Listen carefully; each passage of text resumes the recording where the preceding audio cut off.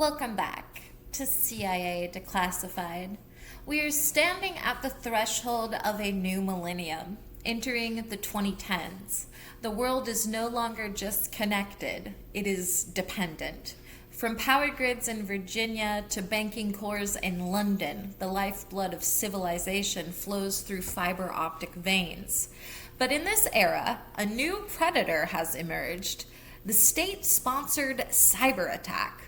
We are inside the windowless halls of the NSA headquarters in Fort Meade.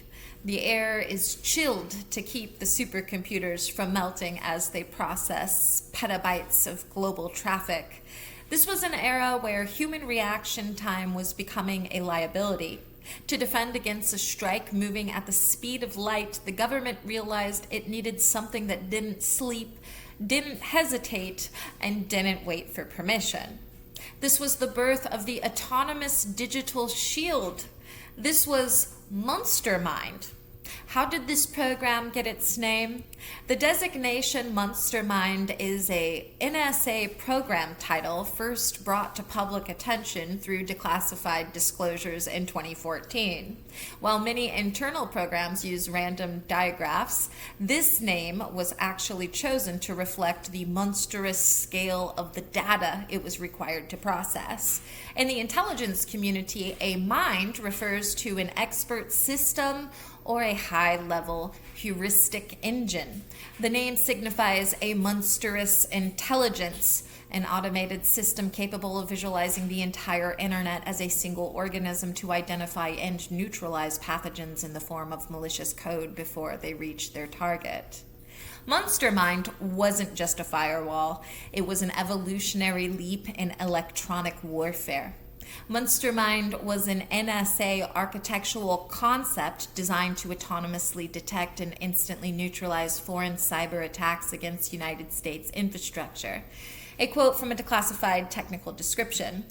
The system operates by constantly analyzing metadata to establish a baseline of normal global internet traffic, allowing it to spot anomalies that indicate a beginning strike. End quote. Records show that MONSTERMIND aimed to eliminate the human in the loop to achieve response times measured in milliseconds. Documentation confirms that the system utilized passive sensors located at major internet gateways to scan for signature-less malware. The program sought to integrate active defense, meaning the system wouldn't just block an attack, it would automatically fire back a counter-strike at the origin point. A quote from a declassified interview with a former intelligence contractor. If you're being attacked at light speed, you can't wait for presidential signature. The machine has to make the call. End quote. MONSTERMIND required access to nearly all private communications entering the United States to distinguish between a malicious packet and a standard email. Logs indicate that the system was designed to utilize algorithm polymorphism, changing its own defensive code to prevent hackers from learning its weaknesses. Technical files reveal that the program utilized deep packet inspection at a scale never before attempted in the history of telecommunications.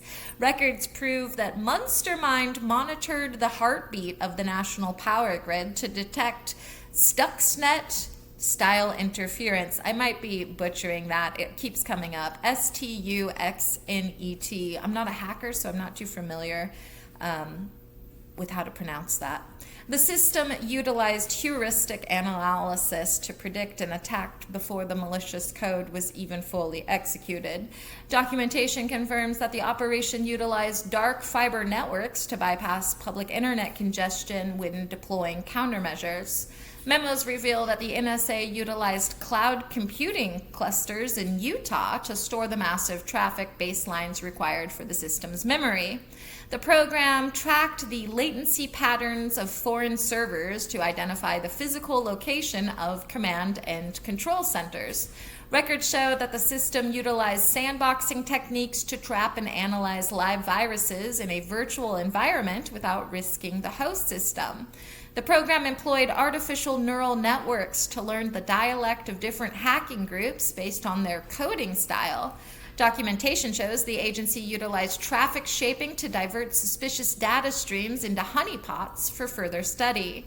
Internal ledgers confirm that MONSTERMIND integrated with the Einstein 3 accelerated program for real-time threat sharing across government agencies. The operation utilized quantum resistance cryptography to secure the internal commands sent to the automated defense nodes. Records indicate that the NSA used behavioral biometrics of network traffic to identify if an authorized user's account had been taken over by an automated bot. The program utilized out-of-band signaling to maintain control of the system even if the primary internet lines were compromised. Documentation confirms that the system was built to handle terabit-scale denial-of-service attacks, a threshold previously thought unmanageable by human operators. Internal reports describe the use of automated attribution, a process that cross-references attack signatures against a database of known foreign state-sponsored hacking groups. Records show that the program utilized traffic regeneration to replace malicious code with benign data packets to avoid alerting the attacker that they had been detected. The agency collaborated with the DARPA Cyber Grand Challenge to refine the autonomous patch and repair logic used in the program. Logs confirm that MONSTERMIND utilized geographic IP fencing to automatically throttle traffic from specific high-risk regions during high alert status. The program integrated HoneyNet Fabric, a web of decoy servers that appear as high-value government targets to lure and study incoming malware. Documentation proves the system utilized flow analysis to detect the subtle pre-attack reconnaissance that precedes a major infrastructure breach. Records indicate the program was tested using red teaming scenarios where agency hackers attempted to bypass the machine's autonomous filters. The program utilized honeypot redirection, where malicious packets were rerouted to a virtual mirror of the target system to record the attacker's techniques. Documentation indicates that the NSA integrated entropy analysis to detect encrypted payloads that were disguised as ordinary JPG or MP3 files. Records show the program was designed to integrate with the National Cyber Incident Scoring System to prioritize responses based on economic impact. Internal memos reveal the development of digital deception campaigns where MONSTERMIND fed fake network topology data back to scanning bots. The system utilized cross-protocol correlation to link a web-based attack with simultaneous suspicious activity on telecommunications VoIP lines. Documentation confirms the use of hardware-assisted scanning utilizing the processing power of network interface cards to analyze packets before they reach the CPU. Logs show the program monitored the BGP routing tables to detect route hijacking attempts by foreign entities to redirect U.S. data through external servers. The agency utilized large-scale graph analytics to visualize the relationships between seemingly unrelated IP addresses across the globe. In the declassified briefings regarding MONSTERMIND, the most severe censorship is found in the section titled Annex K, Autonomous Retaliation Parameters. This section contains the most redactions in the cyber warfare archive, particularly concerning the third-party impact assessments. Something dark and heavy lies beneath the kill chain protocols. Imagine a digital counterstrike that doesn't just silence a server but shatters the infrastructure of a whole city.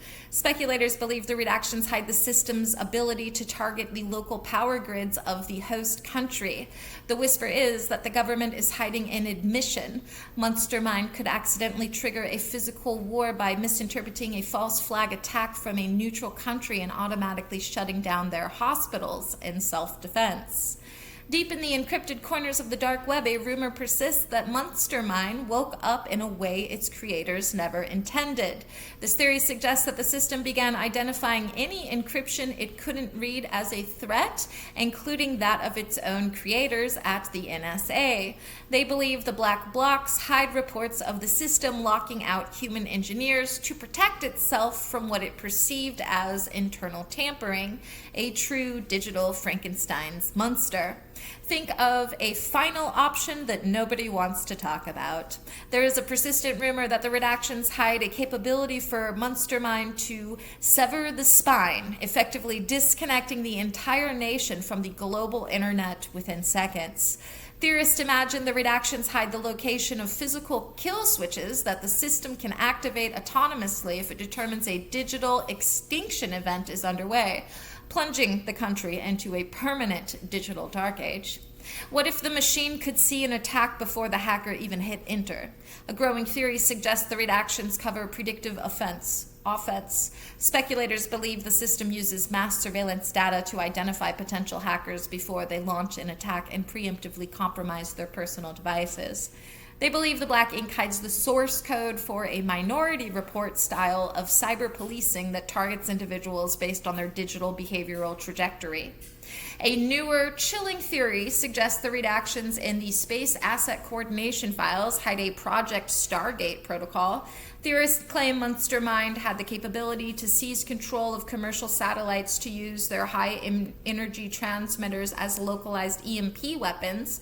They believe the blacked-out pages hide the specific orbital coordinates of the weaponized nodes that the system can activate if a ground-based attack threatens the machine's primary data centers. Was MONSTERMIND a success? Tactically, it was a computational masterpiece.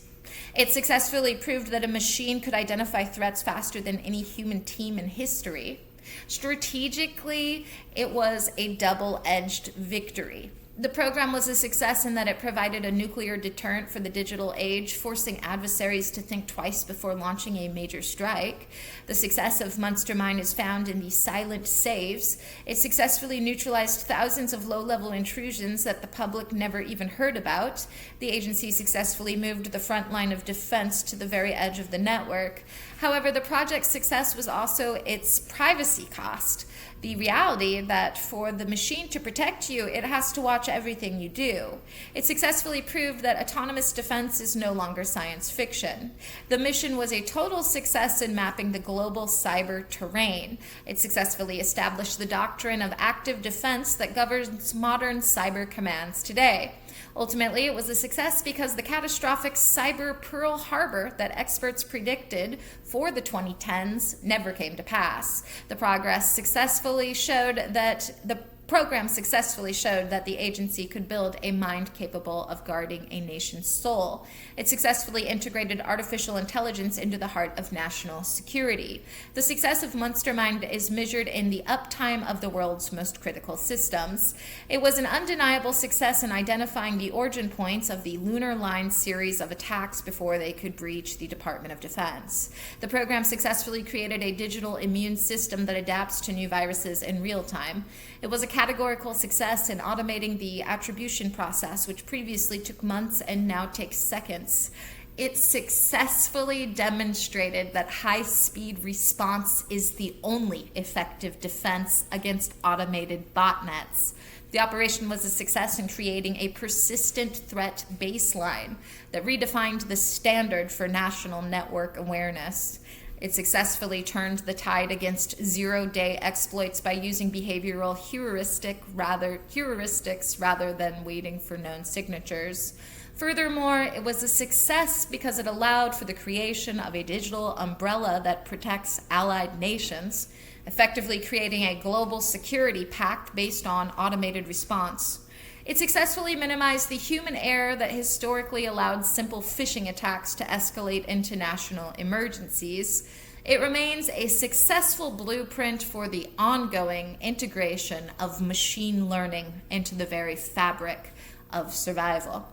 As far as technological and operational breakthroughs go, the Silent Guardian resulted in breakthroughs that define modern network security and, my favorite, AI, such as real-time metadata heuristics. The ability to scan trillions of events for tiny patterns led to the modern fraud detection systems used by credit card companies to stop theft instantly. Autonomous incident response. The logic used by MONSTERMIND is now the foundation for commercial EDR software that protects businesses from ransomware. Global traffic baseline mapping. The techniques for understanding normal internet flow are now used by cloud service providers to manage massive traffic spikes and prevent outages during global events. And automated attribution engines. The systems designed to fingerprint a hacker's origin are now used by cybersecurity firms to identify state-sponsored actors and issue public warnings. MONSTERMIND reminds us that in the digital age, our greatest shield is often invisible. The Silent Guardian proved that the government could build a sentinel to stand watch over a world made of glass. The fans continue to spin and the code continues to flow, a silent testament to the fact that our modern life is protected by a mind that never sleeps. We are still living in the shadow of the sentinel, in the security of our bank accounts and the stability of our power grids. The story of MONSTERMIND is a story of a machine that took on the burden of our defense so we could continue to live in the light. The Silent Guardian remains at its post, knowing that the price of freedom is a watch that never ends. We must remember that while the machine is awake, the responsibility to use that power wisely remains with us. In the end, the Guardian is only as good as the values it was built to protect. Through MONSTERMIND, the government achieved a factual omnipresence that changed the rules of war forever. The Sentinel is watching and the machine is awake. We are the architects of a peace that is maintained by the silent hum of the mind. Every packet we send is a vote for the security of our shared future. We must remain the masters of the machines we build to save us. To lose control of the Sentinel is to lose the wall itself. The future belongs to those who can live in harmony with the minds they have created to keep the darkness at bay. Thanks for listening. Stay safe and remember the most powerful guardian is the one you never see. Join us next time as we examine MK Esquire. In the halls of power, the agency sought to map the minds of the elite. We'll uncover the facts behind MK Esquire, the research into the behavioral traits of high-level social and political targets. It was a game of psychological profiling, influence mapping, and the quest to predict the unpredictable. Join us next time for The Architect of Influence. In the meantime, I'll see you in the archives.